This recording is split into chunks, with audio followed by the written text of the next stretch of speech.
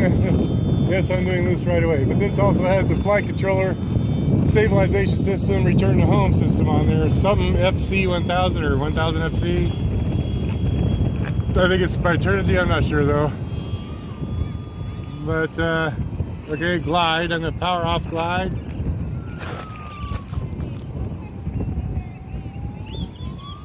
This is all in manual mode, no stabilization. And obviously there's a bit of wind. Okay, power up.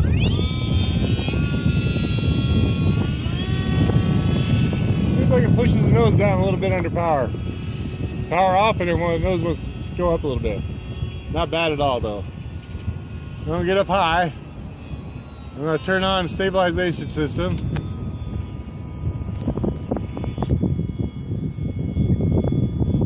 That's as far as I'm allowed to lean it. I'm going full left aileron. It only allows it to lean so far. I'm going to pull down.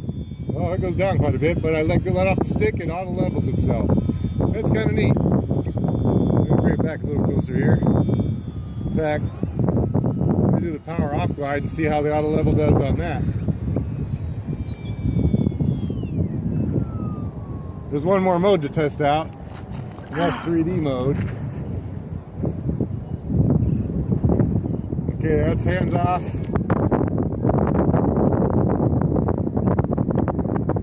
one to turn to the right a little. Might be some little rudder trim needed. Rudder does not go through the stabilizer. Also into the wind, I want to see how much power it's going to need to return to home and into the wind. That's 3/4. That power's pretty good. Even full throttle would get it there real quick though. So I guess 3/4 is good for return to home. A little rudder into that turn, yeah. Let's see. Right turns, tail barely drops in the turn. Left turns. About the same. Okay. Quick loop again. Oh, it won't let you loop. Okay, I'm going to try 3D stabilization mode now. Well, that should allow full rolls. Yes, it does. And it should allow loops. Oh, it's real sluggish. But it allows a loop. As soon as I let go of it, it keeps it in whatever position I let go of last time. I think. Level. Yeah, it's pretty much keeping it going there, but so let me turn it completely off. This is no stabilization. Basically like I didn't have the stabilizer in there at all. This is just like free flight or whatever you want to call it. So we'll come back here. Let's try a roll. Full throttle, a little up. Oh, that's a slow roll, but it's okay. Loops are good and tight. How about inverted flight? Inverted flight's really nice.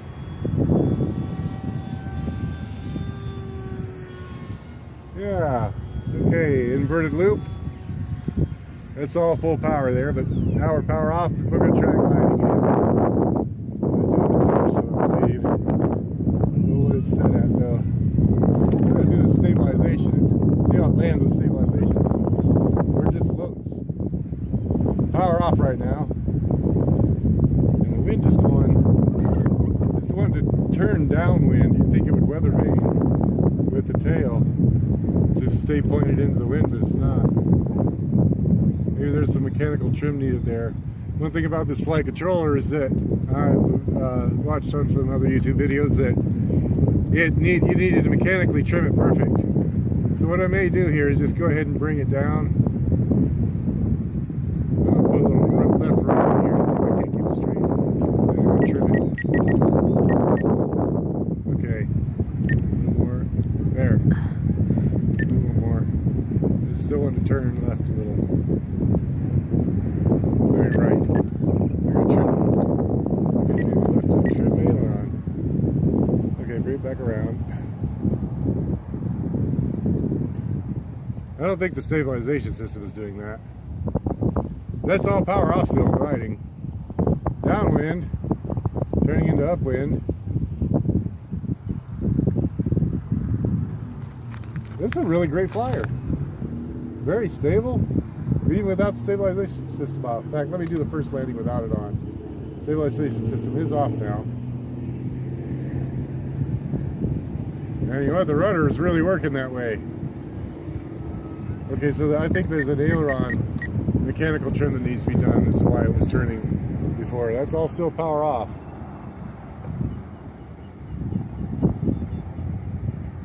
She's gliding on around.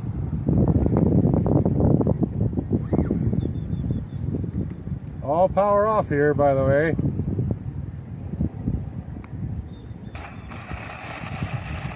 Come all the way up there. Okay, let's see where the trims are set and everything. The rudder looks like it has a hint of left in it. Trim center. Trim center. Yeah, it's trim center. Okay, that should be fine. Now, put it into aerobatic mode. Yeah, for some reason when I put it in stabilization mode, it adds a little bit of right aileron. Ever so slight, like a millimeter difference. I wonder why that is. That may be that I don't have the stabilizer exactly level. So when I click in the stabilizer, it thinks it's here, so it's going to do this to try to correct it. So I think that's the issue with that actually, because that's the only thing that makes sense. If I had mounted it this way, then I could, instead of 1 millimeter difference, I'd probably see about 10 millimeter difference. It's trying to get it back to level. So that's the only thing that explains that. So I'm going to re-look at the flight stabilizer. Maybe I need to recalibrate it. If there's that possibility, I don't even know that. But everything else looks good. The elevator's got just a hint of up trim in it, which is perfect. It's a good stable flight. You saw it glided in, almost hands-free. After I got it lined up the runway, it almost landed itself. So that's perfect. That's beautiful. Don't know where my CG is yet, but I've got a 3000 milliamp 3-cell all the way forward. And it seems like it was the first third of the wing. Now in the instructions, I don't know what the measurement was, but the picture showed the CG on the picture to be way back here, and hopefully we all know that that's not possible. Even with the flight stabilization system, I think it would have just boom, boom, bam, as they always do when they're tail heavy. But it did great. So I'm going to take it back up again here one more time. I'm going to try landing with the stabilization mode in. There's two different ones. There's 3D mode, and then there's just, which allows you to have stabilization, but still full rotation and rolls and loops. And then there's the next switch, which has auto level. So when you quit giving stick inputs, it brings it right back to level.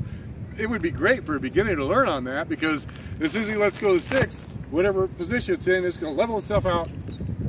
It's kind of considered a bailout function, if you will.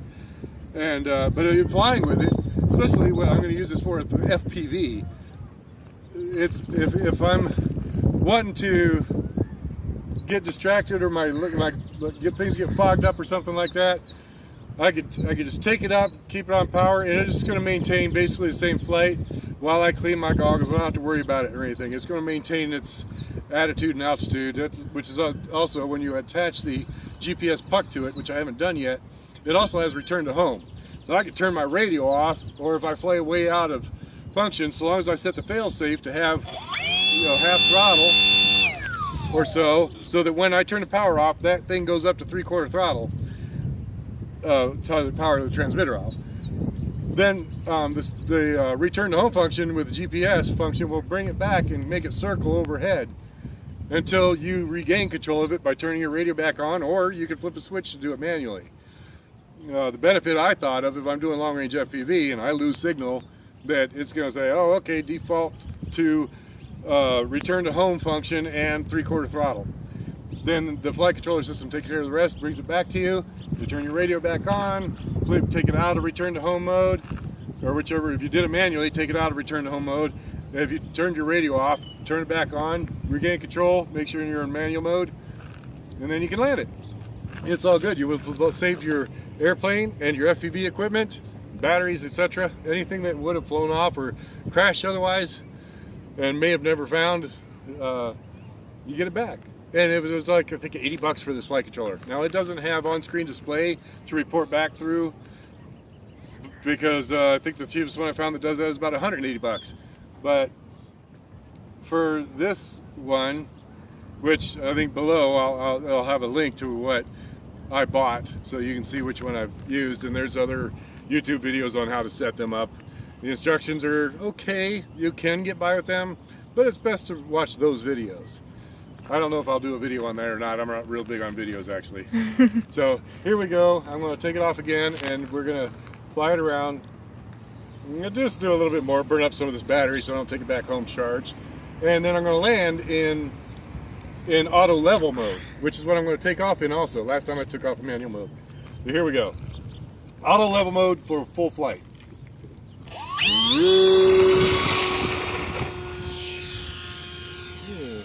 A whole lot of elevator authority there at first. Now I got it. I think the vibration of rolling on the ground might have messed with it. You don't want to have a lot of vibration. Anything that has gyros doesn't like vibration. So I'm going to power off here and just do a little gliding just to see how good a glide characteristic it has. I don't want to go over the other park. I'm going to come back around. I don't want to go over people. Never know what'll happen and when it'll happen, so it's best to stay away from people and other property that can be damaged.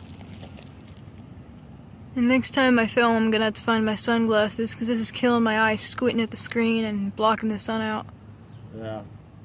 And I don't know if I got lift or not, but it's not losing a whole lot of altitude. It is definitely losing altitude, but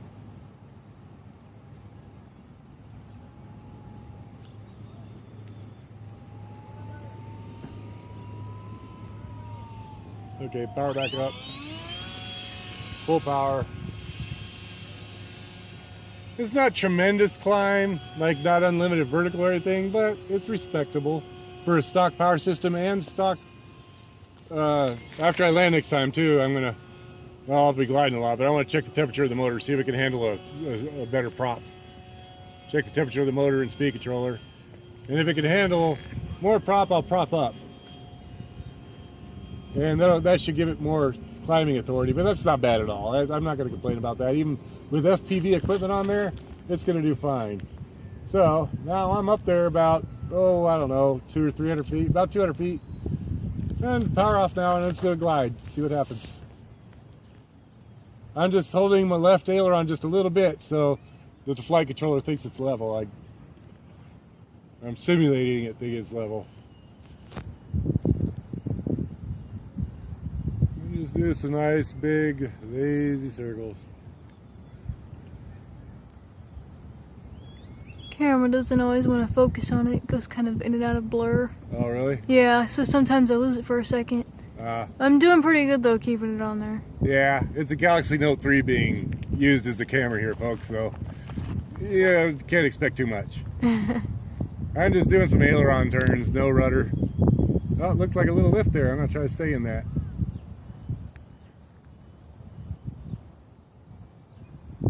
Oh, wow, it's actually climbing.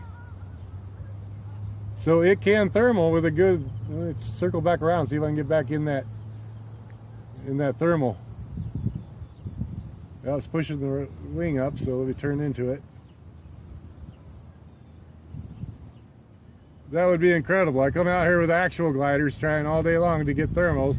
I come out here with a powered one that doesn't really have that good a glide ratio, and I get myself a real nice one. It's definitely climbing. I completely lost it. Where is it?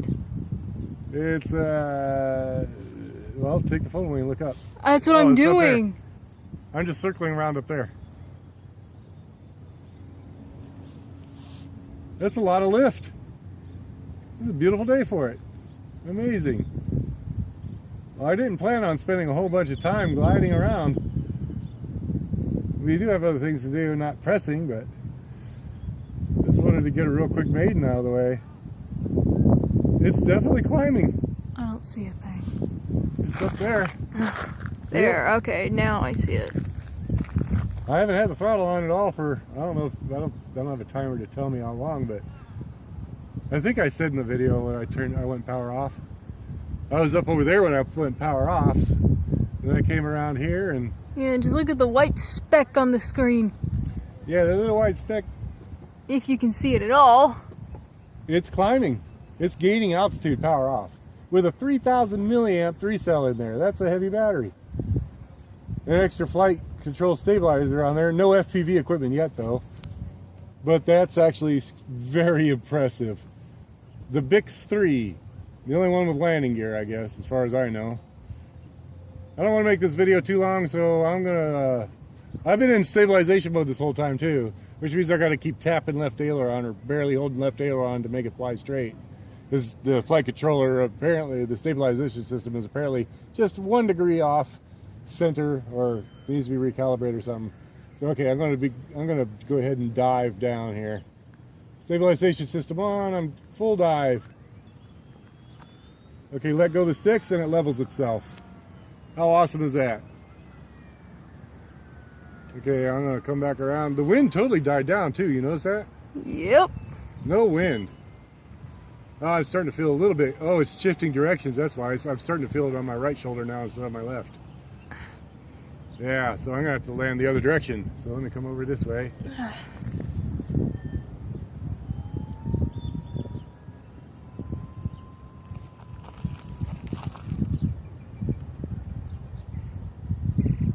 I'm just using aileron to turn it, and I'm not touching elevator. It's just keeping a nice little glide path right there.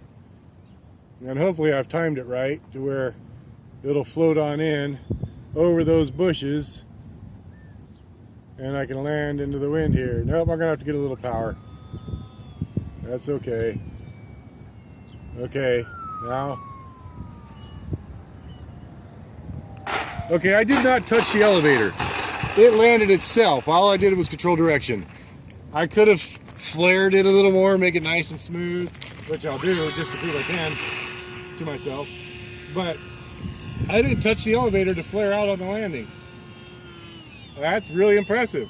So this thing could actually land itself without any harm, provided it doesn't hit anything.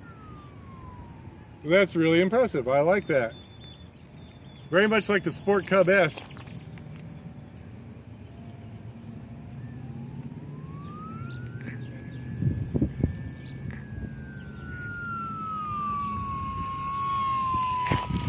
Oh, I gotta go around again. That came in hot. Oh, there's my timer. Well, you gave yourself plenty of time. Well, you know what? I just realized about this radio. It only records throttle on time. Now, I'm diving down to bleed out to altitude, but I'm picking up speed at the same time, so. Oh, there we go. Nice.